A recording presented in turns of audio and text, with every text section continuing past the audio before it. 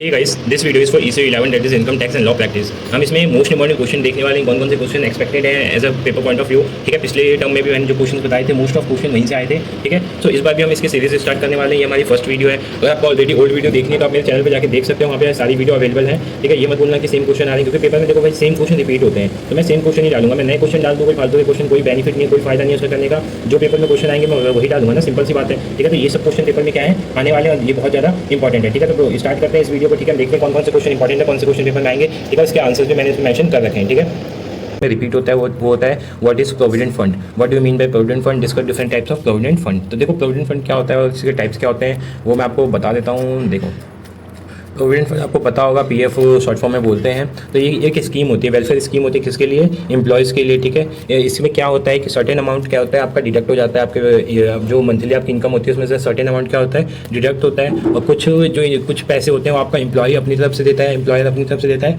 और कुछ आपकी सैलरी से कटता है। वही जाके कहाँ पे जमा होता रहता है?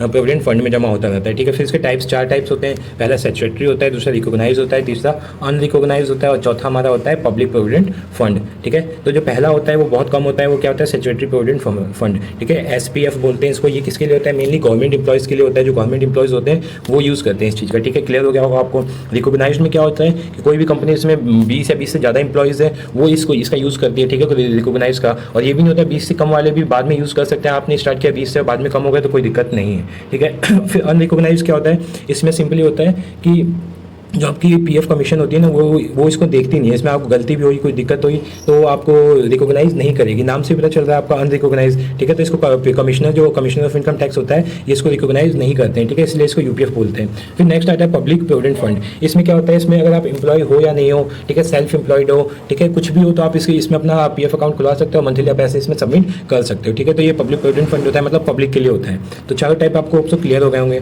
नेक्स्ट क्वेश्चन पे चलते हैं।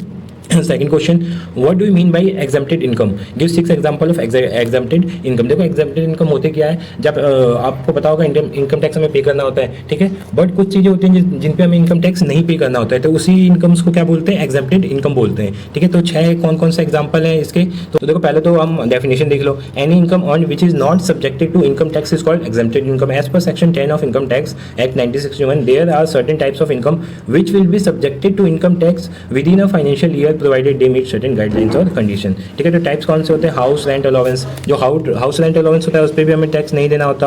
Allowance on transport, children education, subsidy on hostel fee. ठीक है, फिर हाउसिंग लोन होता है, फिर लीव एंड ट्रेवल अलाउंस होता है। ठीक है, इनका इन पे टैक्स देना होता है। सॉरी गलती हो गई, इन पे टैक्स हमें देना होता है। नहीं, किस पे देना होता है? Agriculture income. ठीक है, एग्रीकल्चर इनकम पे हमें नहीं देना होता। ठीक है, शेयर ऑफ प्रॉफिट का जो शेयर होता है उस पर नहीं देना होता। ठीक है, इंटरेस्ट ऑन नॉन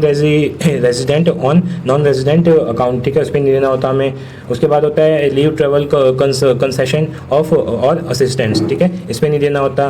फिर remuneration of salary received by individual, इस पर नहीं देना होता। तो ये सारी लिस्ट है, आप देख सकते हैं जिसमें हमें टैक्स नहीं देना होता। ठीक है, इनकी भी कंडीशंस होती है, वो आपको कंडीशन अलग से आपको उसको रीड करना पड़ेगा। ठीक है, नेक्स्ट आते हैं हम अपने नेक्स्ट क्वेश्चन पे। थर्ड क्वेश्चन, 2 क्वेश्चन हमने डिस्कस कर दिए। Third question, explain the provision of income tax act regarding exemption of income of political party as per section 13। ठीक है, तो जो पॉलिटिकल पार्टी होती है उनकी भी इनकम क्या होती है? एग्जाम्प्ट होती है। तो कैसे होती है वो आपको बताना है, आप देख लेना। ठीक है, इसमें मैंने मेंशन कर रखा है आंसर। फिर define agriculture income and state it's kind.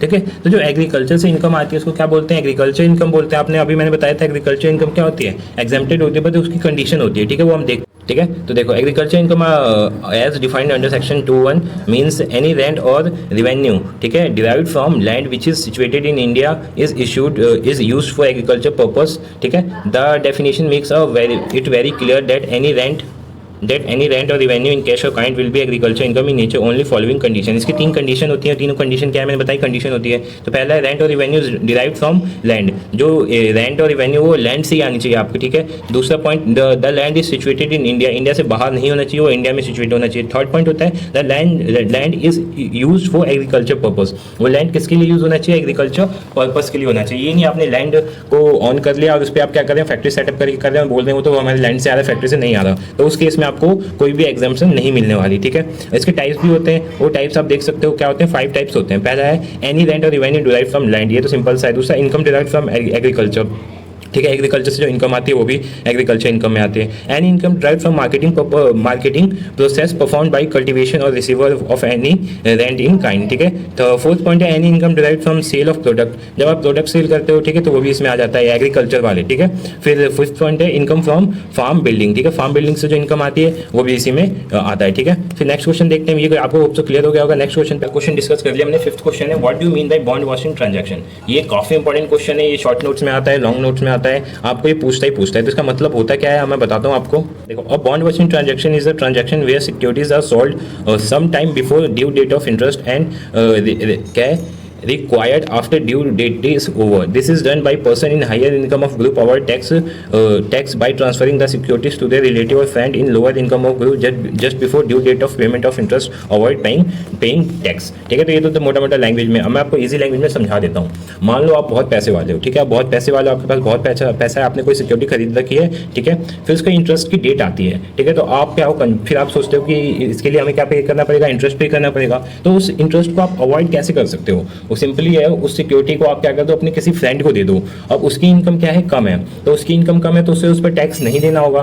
फिर आप उसको दोगे, जैसे ही ड्यू डेट आएगी दे दिया आपने, और जैसे इनकम टैक्स वाले ने देखा इस बंदी, ये तो बंदा पहले से गरीब है, इससे हम टैक्स क्या लेंगे, ठीक है, तो उस पर टैक्स नहीं लेंगे वो, ठीक है, तो उससे क्या होगा, आप टैक्स देने से बच जाओगे, और फिर जैसे ही वो होगा आप उससे वापस ले लोगे वो, ठीक है। तो ये होता है बॉन्ड वॉशिंग ट्रांजैक्शन, ठीक है, इलीगल नहीं होता है। अगर इनकम टैक्स ने ऐसा देखा कि आप ऐसा कर रहे हो तो आपको कोने में ले लेगी, ठीक है, तो आपको ऐसा नहीं करना होता है, ठीक है, सिंपली इलीगल होता है, आपको याद क्या रखना है, इलीगल होता है, ठीक है। बॉन्ड वॉशिंग ट्रांजैक्शन का मतलब भी समझ में आ गया होगा। कोई भी पर्सन जिसकी सैलरी जो इनकम क्या है हाईयर है, तो उसको टैक्स पे करना होता है, तो जैसी ड्यू डेट आती है उस सिक्योरिटी की, तो वो जो सिक्योरिटी होता है वो ट्रांसफर कर देता है लोअर इनकम वाले अपने फ्रेंड या रिलेटिव को, ताकि उससे उस पर क्या करना पड़े, टैक्स ना देना पड़े। जैसी टैक्स ओवर हो जाता है वो उससे वापस ले लेता है, ठीक है। होप सो आपको ये क्लियर हो गया हो, ठीक है। सेवंथ क्वेश्चन क्या है, the incidence of income tax depend upon residential status of SSC discuss, ठीक है, तो ये भी इंपॉर्टेंट क्वेश्चन है, ये भी पेपर में पूछते हैं, इसको भी आप कर लेना। 8th क्वेश्चन है what do mean by annual value of a house property, how is determined. पिछले साल ही जो अभी एग्जाम हुए थे मार्च वाले, उसमें क्वेश्चन पूछा गया था, तो आप ये भी करके जा सकते हो, ठीक है।